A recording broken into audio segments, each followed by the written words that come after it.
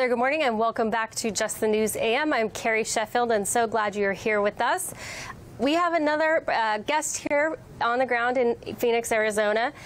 He is also an energy expert, but we're going to talk about the politics of what's happening in Arizona first. Good morning, Dan. Good morning. Thanks for having me. And I should mention, Dan Eberhart is also the author of the book. We were going to put your book cover up, called Switching Gears, the petroleum-powered electric car. So we'll get to the power and energy in a moment, but since you're there in Arizona, and you mentioned that you'd watched the hearings that just happened last week with the yesterday with the Arizona legislature, what's your read on Governor Ducey in Arizona? Do you think he's going to be swayed by the 12 hours that were presented yesterday? I'm not sure if he's going to be swayed or not, and I've spent some time with the governor in the past, but I think that he's very much a Republican, but also an Arizonan and an elected official that's trying to uphold what happened in the election. So I really think, like a lot of Republicans, he's in a bit of a pickle right now. But I think in the end he'll do the right thing. And in terms of the right thing, what's your view on that? Is the right thing to proceed with the certification, or is it to ask for more evidence? To maybe ask for a little bit more evidence, but ultimately to proceed with the certification. Mm-hmm. So you think that the issues that were flagged yesterday were not enough to move the needle electorally? Yeah, I mean, I think the issues presented, provide definitely a cause for concern, but really aren't going to ultimately change the outcome. And so we just as a country need to move, and as Arizonans need to move ahead and move on right now. Is my sense of where Arizona's at and the country is at.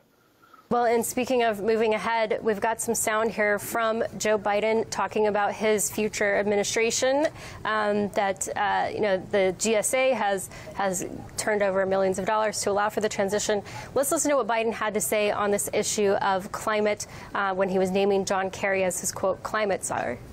For the first time ever, the United States will have a full-time climate leader who participate in ministerial level meetings. And that's a fancy way of saying they'll have a seat at every table around the world.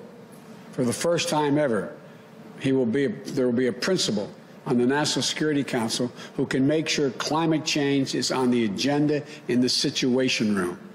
For the first time ever, we will have a presidential envoy on climate. And John Kerry said that for him, he wants to elevate this issue. What's your reaction to John Kerry being named to this post, this climate czar post?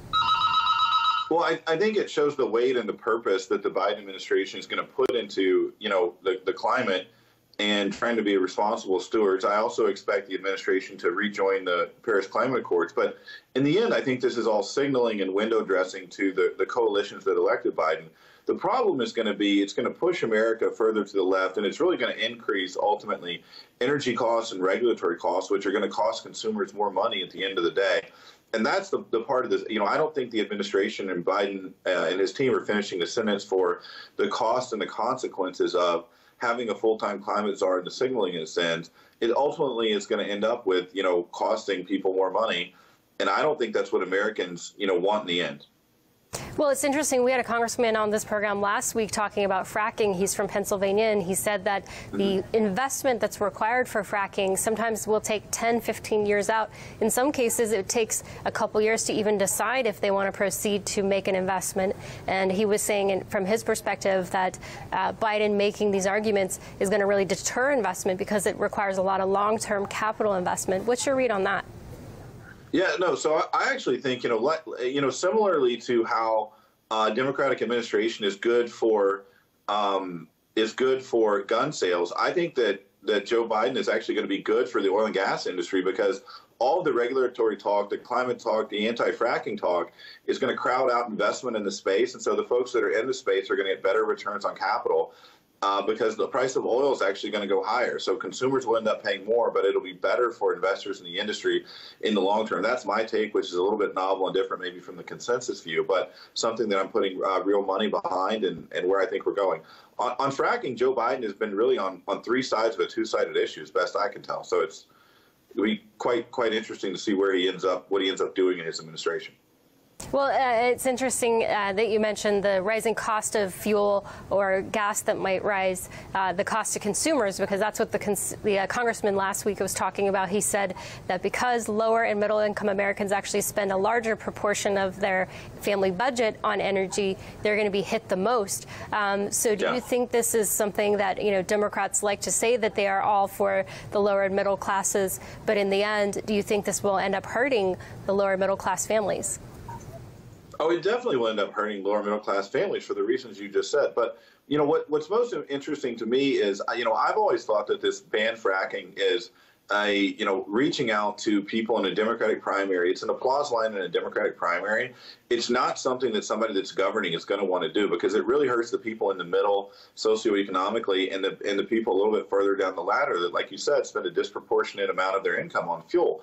What we've really got to do in America, I think, is work towards an all of the above strategy. By that I mean focusing on things that reduce the cost of energy, but at the same time focus on reducing the carbon footprint. I think the two can go hand in hand, and I think that just kind of trying to be, quote, anti-oil and gas is a headline, not an actual policy. And so what do you think is the way to do it, to both reduce the footprint but also be affordable? Well, I think we've got to focus on having engines that are more refined and sip gasoline instead of drink gasoline. I think that's part of what we need to do. Another part of what we need to do is continue to push into these green energy objectives. But I think things like wind and solar and hydrogen-powered vehicles potentially in the future are steps that should be taken with the free market. I'm a big believer that we switched to the iPhone from the BlackBerry because it was better, because it was cooler, because it was more interesting and had more features, not because the government told us to. I don't think we should transition to cleaner energy because the government tells us to. I think it should be market forces of what consumers want and what consumers are willing to pay ultimately should decide, not government with top-down, California is going to be carbon neutral by X date, or, France is going to be carbon, have zero-emission vehicles by Y date. I don't think ultimately that's the solution that is the most effective and what people ultimately want. Real quick, 30 seconds. What's the biggest takeaway from your book that you want viewers to get? The biggest takeaway is switching the electrification of the vehicle industry is not a switch; it's a process. There's a lot of infrastructure needed, and every year the internal combustion engine is getting more and more efficient. And so I think it's a much more nuanced, much more balanced approach.